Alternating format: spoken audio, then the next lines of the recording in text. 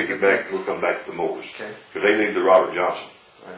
But I went door knocking in 1961. I went down below my house in Meridian, Mississippi, 3 blocks below my house. I figured that I could maybe find some black records and I could swap them for Roy Acuff, my hero, because this jazz dealer in Los Angeles had written me a letter that if you'll find me jazz records by King Oliver or Louis Armstrong, Jelly Roll Martin, I'll swap you a box of Roy Acuff records for him. And I'd been over to a friend of mine who was in high school and saw his grandmother's Victrola, and it had a record by Reverend Gates, who was a black preacher, Dead Cats on the Line, which white people bought, and also a record by Jelly Roll Martin, who was a dance record with. So he was a jazz musician from New Orleans. So I thought, oh, wait a minute, if white people bought records, what did black people buy in the 1920s? I'm 21 years old, see. They must have bought black records. And it dawned on me, well, look, there's the black section right down here, 3 blocks from my house it starts. I'm going to try something. So I walked down the street one afternoon. By yourself? By myself. And I got the black section. I said, all right, here goes. So I walked up. Knock, knock. I said, hi. I said, I buy them old records, any old blues records. If you got any of them, I'll be glad to buy them from you. He said, oh, you mean them old Victrola records? Yeah, Victrola records. Victrola. I said, okay. And I said, he said, well, sorry. He said, used to have some, but throw them away years ago. I kept door knocking, and it come to me, Victrola records. And I said, this man, or the old woman, because it used to be women, you wouldn't find men. These women were living alone. And this old lady said, oh, you mean like Bessie Smith, Ma Rainey? I said, yeah, Bessie Smith, Ma Rainey, Victrola records.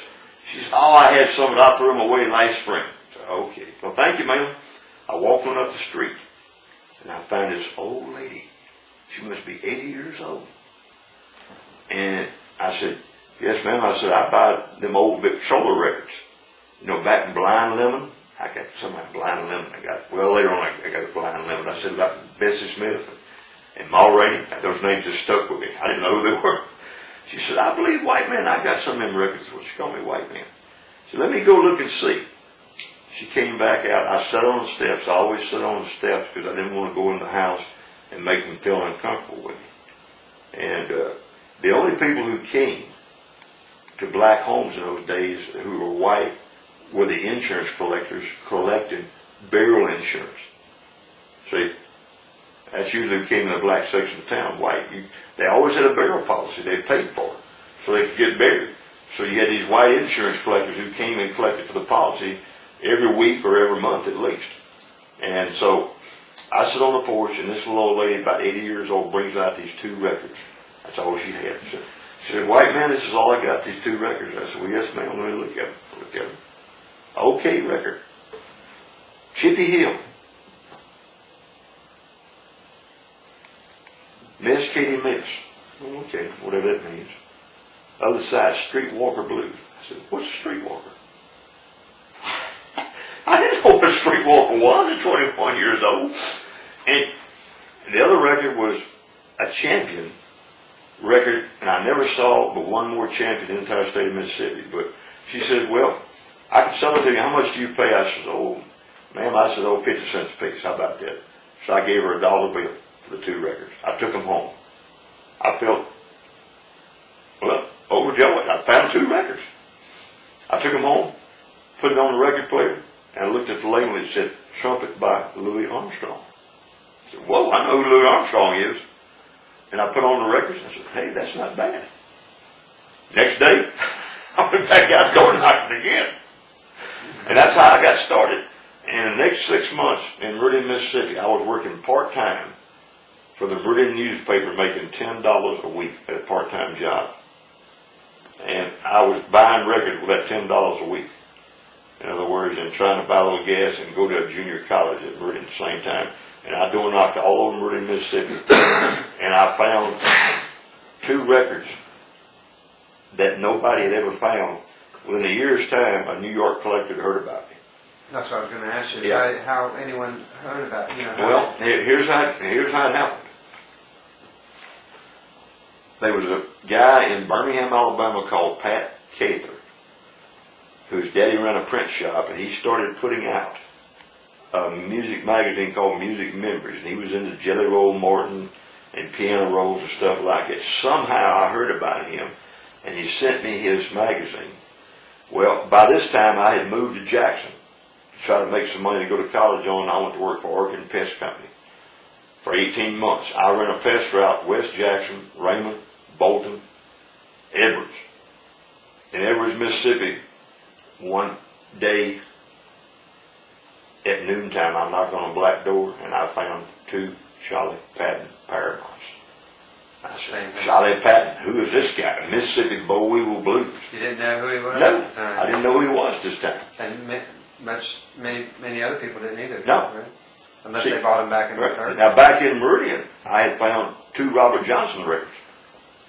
Last Friday deal going down, and I brought it home and I played it and said, that sounds different. Sounds like he's playing a Hawaii guitar slide or something, you know. And I said, I'd never heard anything like Robert Johnson.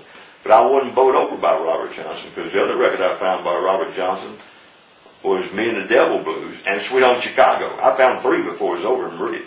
But I found these 2 Charlie Patton records, and the old man said, you know, I believe that Charlie Patton, he come from around here somewhere. He did? He said, yeah, he used to be in Jackson sometime. I said, whoa, Charlie Patton, maybe I can find out something about this guy. Well, about the same time, this guy Cather writes me and says he wants to come over and buy some records from him. What's he want to buy? The 2 Charlie Pattons for $7.50 a piece. He want to give me $15 for my 2 Charlie Pattons. I said, no, I'm not going to sell them. That's a good thing you kept them. Well, what I found out, within 2 weeks, I get a letter from an unknown record collector named Bernie Klatsko in New York City. He said, I'm the guy that Pat Cather was trying to buy the Patton records for. I'll give you $15 a piece. I said, no way. So then this started me. He said, okay.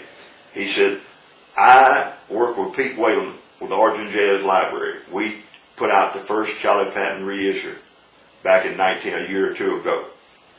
He says, so since you're in Mississippi, you should be able to find a lot of these great records. And he gave me a list: Charlie Patton, Oh, wow. Son House, Skip James, Tommy Johnson, Where did Ishmael you get Bracey. that list from, you think? I mean, where he had already been He'd been collecting, he and Pete Whalen had been collecting guitar country blues records since the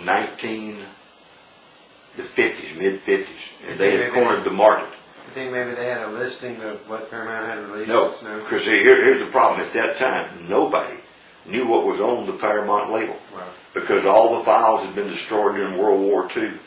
And during the paper drive, they were thrown out. And all the Paramount metal masters were sold for scrap during World War II also. So everything that was found was new. Nobody had any idea how many Patton records were out there, how many Son House records were out there, how many Charlie Patton, or how many Skip James. You had to find one to know it was out there. Yeah. So anyways, he starts writing me on a regular basis. And all this year and a half, 62 and 63, I'm door knocking all over Mississippi, all over, Mississippi. I go to Vicksburg. I go over into Louisiana.